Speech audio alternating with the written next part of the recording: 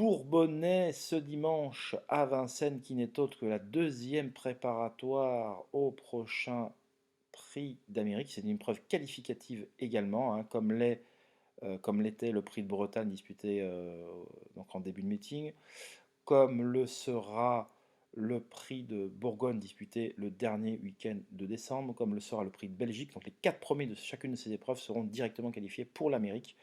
Donc ça apporte vraiment du piment et de l'intérêt à ces courses qualificatives. Euh, donc voilà, je disais pour le quintet de ce samedi, le quintet de la veille, que la génération des 4 ans se cherchait un leader désespérément, aussi bien pour les mâles que pour les femelles d'ailleurs.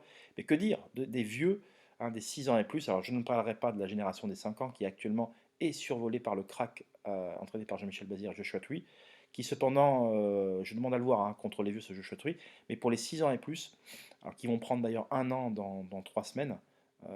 Donc actuellement, celui qui est considéré comme le meilleur trotteur en activité, c'est Ida Otillard, mais on l'a vu moins étincelant à l'occasion de ses dernières sorties. Euh, il a moins son coup de rein dévastateur lorsqu'il passe à l'attaque. Alors je demande à voir, il a vraiment besoin de rassurer. Il fait toujours partie des favoris au prochain Prix d'Amérique, mais en fonction de son comportement ce dimanche, ça pourrait bien changer. Alors ça reste une rentrée, on ne va pas lui demander l'impossible pour une réapparition. J'imagine que à moins de 2 mois du Prix d'Amérique, on ne va pas faire les fous, on ne va faire peut-être que la ligne droite, on va faire une ready cash. Pourquoi je dis ça? Parce qu'à l'époque, lorsque Thierry Duval d'Estaing préparait son ready cash, hein, c'est le même entraîneur que Tia, et bien souvent il disait qu'il allait être drivé battu et il était tellement bon que le cheval venait gagner les préparatoires malgré tout. Je ne sais pas si vous vous rappelez de ça.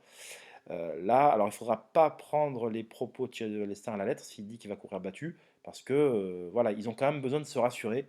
Et voilà, donc j'espère qu'on le verra sous son meilleur visage parce que à l'occasion du prix René Ballière ou même de la finale du UET, et il a été quand même assez décevant. Voilà.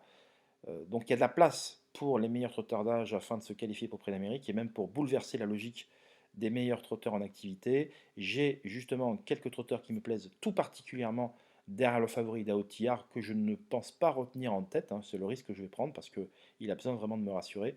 Alors n'hésitez pas à venir consulter mes informations exclusives sur mon site www.caparros.fr. Vous pouvez vous abonner de manière hebdomadaire, mensuelle. Vraiment une très très belle épreuve, un très beau week-end pour les trotteurs, avec le Octave d'ONL pour les mâles de 4 ans ce samedi, le prix du Bourbonnais ce dimanche.